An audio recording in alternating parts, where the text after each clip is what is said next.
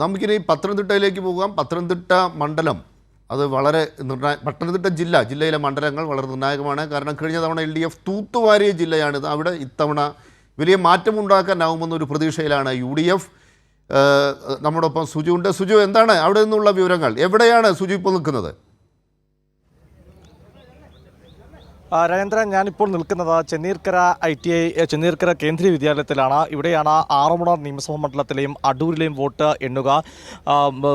റാന്നി തിരുവല്ല നിയമസഭാ മണ്ഡലങ്ങളിൽ ഇടുന്നത് സെൻറ് തോമസ് കോളേജ് കോഴഞ്ചേരിയിലാണ്. മുസ്ലിം എഞ്ചിനീയറിംഗ് കോളേജിലാണ് കോന്നിയിലെ തിരഞ്ഞെടുപ്പ് എണ്ണുന്നത്. അങ്ങനെ 3 വോട്ടെണ്ണൽ കേന്ദ്രമാണ് ജില്ലയിലുള്ള. ആകെ 5 നിയമസഭാ മണ്ഡലങ്ങളുമാണ്. രാജേന്ദ്രൻ സൂചിപ്പിച്ച പോലെ തന്നെ കഴിഞ്ഞ തവണ 2021 ഏതാണ്ട് 5 മണ്ഡലങ്ങളും LDF തൂത്തുവാരിയ അവസ്ഥയായിരുന്നു പത്തനംതിട്ടയിലുണ്ടായിരുന്നത്. ഇത്തവണയും ആ വിജയം ആവർത്തിക്കുമെന്നാണ് LDF കണക്കാക്കുന്നതും. കണക്കൂടുന്ന അത്തരം പ്രഖ്യാപനങ്ങളാണ്. മറുഭാഗത്ത് UDF വലിയ ആത്മവിശ്വാസത്തിലാണ്. 5-ൽ 4 മണ്ഡലങ്ങളിൽ വിജയിക്കുമെന്നാണ് UDF പറയുന്നത്. ഏതായാലും ജില്ലയിൽ 5 മണ്ഡലങ്ങളും ശക്തമായി മത്സരം നടന്നു എന്ന് തന്നെയാണ് പൊതുവിലയിരുത്തൽ. അതുകൊണ്ട് തന്നെ വിജയിക്കുന്ന സ്ഥാനാർത്ഥികൾക്ക് വലിയ ഭൂരിപക്ഷം ഇത്തവണ ഉണ്ടാകാൻ സാധ്യതയില്ലെന്നും കണക്കാക്കുന്നു. 2 മണ്ഡലങ്ങളിൽ ത്രികോണ മത്സരം നടന്ന ജില്ല കൂടിയാണ്. തിരുവല്ലയിലും ആറന്മുളയിലുമായിരുന്നു ത്രികോണ മത്സരം നടന്നത്. തിരുവല്ലയിൽ അനൂപ് ആന്റണി BJPയുടെ സ്ഥാനാർത്ഥി ഇത്തവണ മെച്ചപ്പെട്ട പ്രകടനം കാഴ്ചവെക്കുമെന്നും വിലയിരുത്തലുണ്ട്. അതിൽ എന്നിരുന്നാലും LDF സ്ഥാനാർത്ഥി മാത്യു ടി തോമസ് തന്നെ വിജയിച്ചു കയറുന്നതാണ് LDFിൻ്റെ വിജയപ്രതീക്ഷ.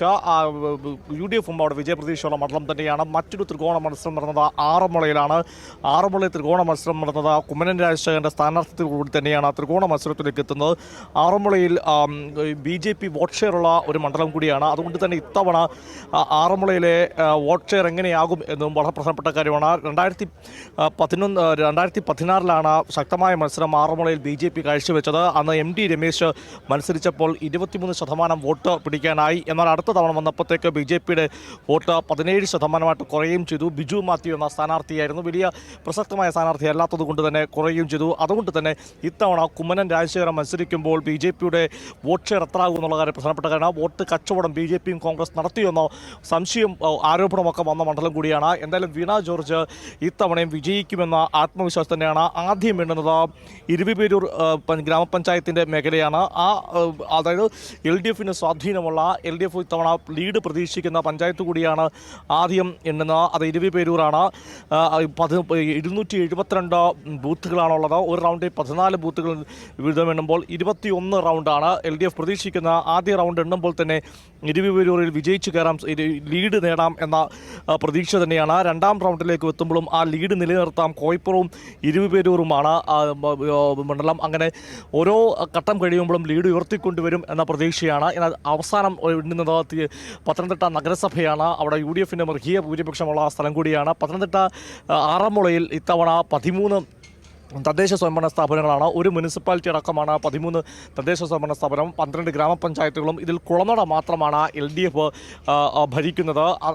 പക്ഷേ ജില്ലയുടെ ചരിത്രം പരിശോധിക്കുമ്പോൾ തദ്ദേശ സ്വയംഭരണ സ്ഥാപനങ്ങളിൽ UDFിന് മുൻതൂക്കം ലഭിച്ചപ്പോഴും ജില്ലയിൽ LDF വിജയിച്ച ചരിത്രമുണ്ട്. 2011 നിയമസഭാ തെരഞ്ഞെടുപ്പിന് തൊട്ട് മുമ്പ് നടന്ന തെരഞ്ഞെടുപ്പിൽ തദ്ദേശ തെരഞ്ഞെടുപ്പിൽ UDFിന് വലിയ വിജയം ജില്ലയിൽ ഉണ്ടായിട്ടുണ്ടായിരുന്നു. പക്ഷേ തെരഞ്ഞെടുപ്പിന് ശേഷം വരുമ്പോൾ LDF ജില്ലയിലെ 5-ൽ 3 ഇടത്ത് വിജയിക്കുകയും ചെയ്തിരുന്നു. അതുകൊണ്ട് തന്നെ തദ്ദേശ സ്വയംഭരണ സ്ഥാപനത്തിൻ്റെ വോട്ടിംഗ് പാറ്റേൺ അല്ല ജില്ലയിൽ ഉണ്ടാവുക എന്നുള്ള ഒരു മുന്നനുഭവമുണ്ട്. അതുതന്നെയാണ് LDFിന് പ്രതീക്ഷ നൽകുന്ന ഒരു ഘടകം കൂടി അതുതന്നെയാണെന്ന് പറയേണ്ടതായിട്ട് വരും.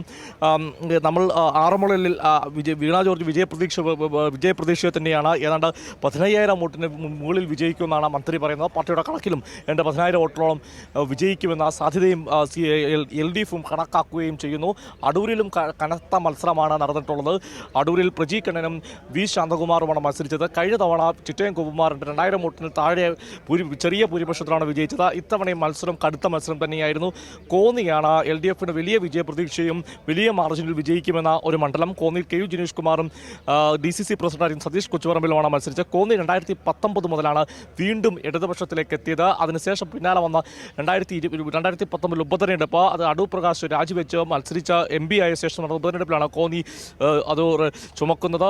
അതിനുശേഷം ശേഷം കോന്നി തിരിച്ചു കൊടുത്തിട്ടില്ല. 2021 ജനീഷ് കുമാർ ജയിക്കുന്നു. റാന്നിയിലേക്ക് എത്തുമ്പോൾ റാന്നിയിൽ ഇത്തവണയും നല്ല മത്സരമുണ്ടാകും. കഴിഞ്ഞ തവണയും 1250 വോട്ടിനാണ് പ്രമോദ് നാരായണൻ വിജയിച്ചത്. ഇത്തവണ പ്രമോദ് നാരായണനും പഴകുളം മധുവാണ്. എന്നാൽ പ്രമോദ് നാരായണൻ ഈ 2026 എത്തുമ്പോൾ മണ്ഡലത്തിലെ സുപരിചിതനായ സ്ഥാനാർത്ഥിയായി മാറിക്കഴിഞ്ഞു. 2021 പ്രമോദ് നാരായണൻ റാന്നിയുമായി വലിയ ബന്ധമില്ലായിരുന്നു. എന്നാൽ 2021 എത്തുമ്പോൾ സ്ത്രീ വോട്ടർമാർ, യുവജനങ്ങൾ, കോളേജ് വിദ്യാർത്ഥികൾ തുടങ്ങിയ വലിയൊരു സൗഹൃദ ബന്ധം പ്രമോദ് നാരായണൻ MLA എന്ന നിലയിൽ കണ്ടെത്തിയിട്ടുണ്ട്. എല്ലാ പ്രവർത്തകർക്കൊപ്പം അപ്പുറം സാധാരണക്കാരുമായി എല്ലാ രാഷ്ട്രീയ വിഭാഗത്തിലെ ജനങ്ങളുമായി നല്ല ആത്മബന്ധവും സൗഹൃദവും സ്ഥാപിക്കാൻ പ്രമോദ് നാരായണൻ സാധിച്ചിട്ടുണ്ട്. അതെല്ലാം വോട്ടായി മാറുമെന്നാണ് പ്രമോദ് നാരായണൻ കണക്കാക്കുന്നത്. വളരെ വ്യക്തമാണ്. UDF-ന് അധികാരത്തിലെത്തണമെങ്കിൽ യാതൊരു സംശയവും വേണ്ട, പത്തനംതിട്ടയിൽ വലിയ മുന്നേറ്റം ഉണ്ടാക്കാൻ സാധിക്കണം, അവിടെ വലിയ വിജയം ഉണ്ടാക്കാൻ സാധിക്കണം. കഴിഞ്ഞ തവണ എല്ലാ സീറ്റുകളും തന്നെ LDF തൂത്തുവാരിയ ഒരു ജില്ലയാണ് പത്തനംതിട്ട.